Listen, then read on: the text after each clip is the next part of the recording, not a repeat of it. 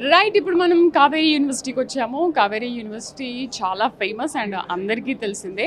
మరి కావేరీ యూనివర్సిటీ ఈ స్టాల్ పెట్టిన తర్వాత ఎన్ని అడ్మిషన్స్ వచ్చాయి, అసలు పేరెంట్స్ ఎలాంటి క్వశ్చన్స్ అడిగారు, ఎలాంటి డౌట్స్ క్రియేట్ చేశారనేది ఒకసారి మనం అడిగి తెలుసుకుందాం. Hello sir. హాయ్ అండి. Hi, very good afternoon.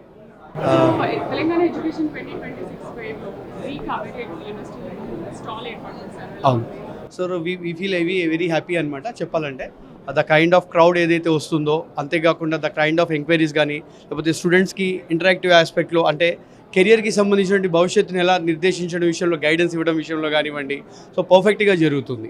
So అనుకున్న దానికంటే కూడా బెటర్గా వస్తుంది, రీచ్ కూడా మంచిగా అవుతుంది ఈవెంట్ ఫెయిర్లో. సో మా కావేరీ యూనివర్సిటీ అనమాట మేము గోల్డ్ స్పాన్సర్ ఇక్కడ ప్రజెంట్ ఈవెంట్కి. So we feel very happy. ఇప్పుడు పేరెంట్స్ వస్తున్నారు కదా, చాలా క్రౌడ్ చూస్తుంటే చాలా ఎక్కువ ఉంది. పేరెంట్స్ వచ్చిన వాళ్ళు అసలు మెయిన్ ఏం అడుగుతున్నారు మిమ్మల్ని?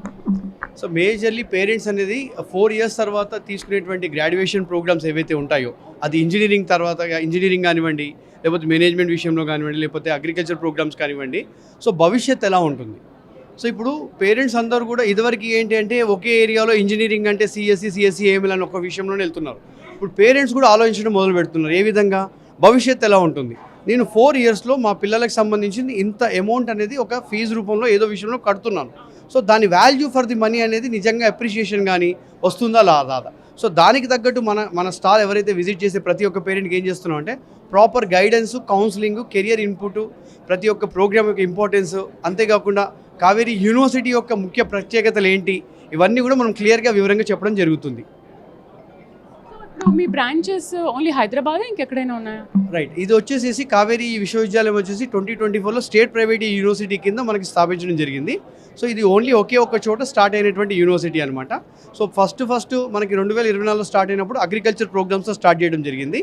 సో దాని తర్వాత అంటే 2025-26 గాను ఇంజనీరింగ్లో కూడా అడిగెట్టాము. సో ఇంజనీరింగ్ అనమాట 320 అడ్మిషన్స్ ఏకతాటిగా ఒక షాట్లో వెళ్ళిపోయినాయి. అంటే బేసికల్గా పేరెంట్స్ చూసేది ఏంటి అంటే ఇక్కడ ముఖ్యంగా ఫ్యాకల్టీ అండి. ఏ ఇన్స్టిట్యూషన్కైనా ఫ్యాకల్టీ అనేది చాలా ముఖ్య ఇంపార్టెన్స్. దాంతోపాటు ఇన్ఫ్రాస్ట్రక్చర్ ఒకటి, అంతేకాకుండా బ్యాక్డ్ బై ఎవరు. సో యూనివర్సిటీని ఎవరు అంటే ఇందులో యూనివర్సిటీ రన్ చేసేది ఎవరు అంటే బేసికల్గా చెప్పాలంటే చైర్మన్ గారు వస్తారు, తర్వాత వైస్ ఛాన్సలర్ గారు ఉన్నారు, సో అంతేకాకుండా ఎక్స్పీరియన్స్డ్ ఫ్యాకల్టీ మెంబర్స్ ఉన్నారు. అంటే ఇవన్నీ కూడా ఒకదానికొకటి ఇంటర్లింక్ అయినటువంటిది, ఒక భవిష్యత్తుని ఎలా నిర్దేశించి ఎలా డెవలప్ చేయాలన్నటువంటి ఒక విజన్ ఉన్నటువంటి యూనివర్సిటీ చెప్పాలంటే. థ్యాంక్ యూ, చాలా బాగా చెప్పారు and wish you all the best.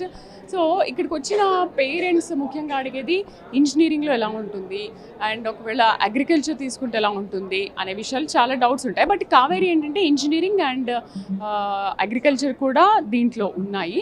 And at a time స్టార్టింగ్లో 320 అడ్మిషన్స్ ఒకేసారి జరిగాయి అని అంటున్నారు. అండ్ ఇంతకుముందు వచ్చిన పేరెంట్స్ కూడా చాలా డౌట్స్ అడుగుతున్నారు, ప్లేస్మెంట్స్ ఎలా ఉంటాయి, 4 years తర్వాత బాగానే ఉంటుంది, ఇలాంటి డౌట్స్ అడుగుతున్నారు. బట్ వీళ్ళందరికీ కూడా తెలంగాణ ఎడ్యుకేషన్ ఫెయిర్ 2026లో ఏర్పాటు చేసిన ఈ స్టాల్ అనేది ఒక బెస్ట్ ఆప్షను.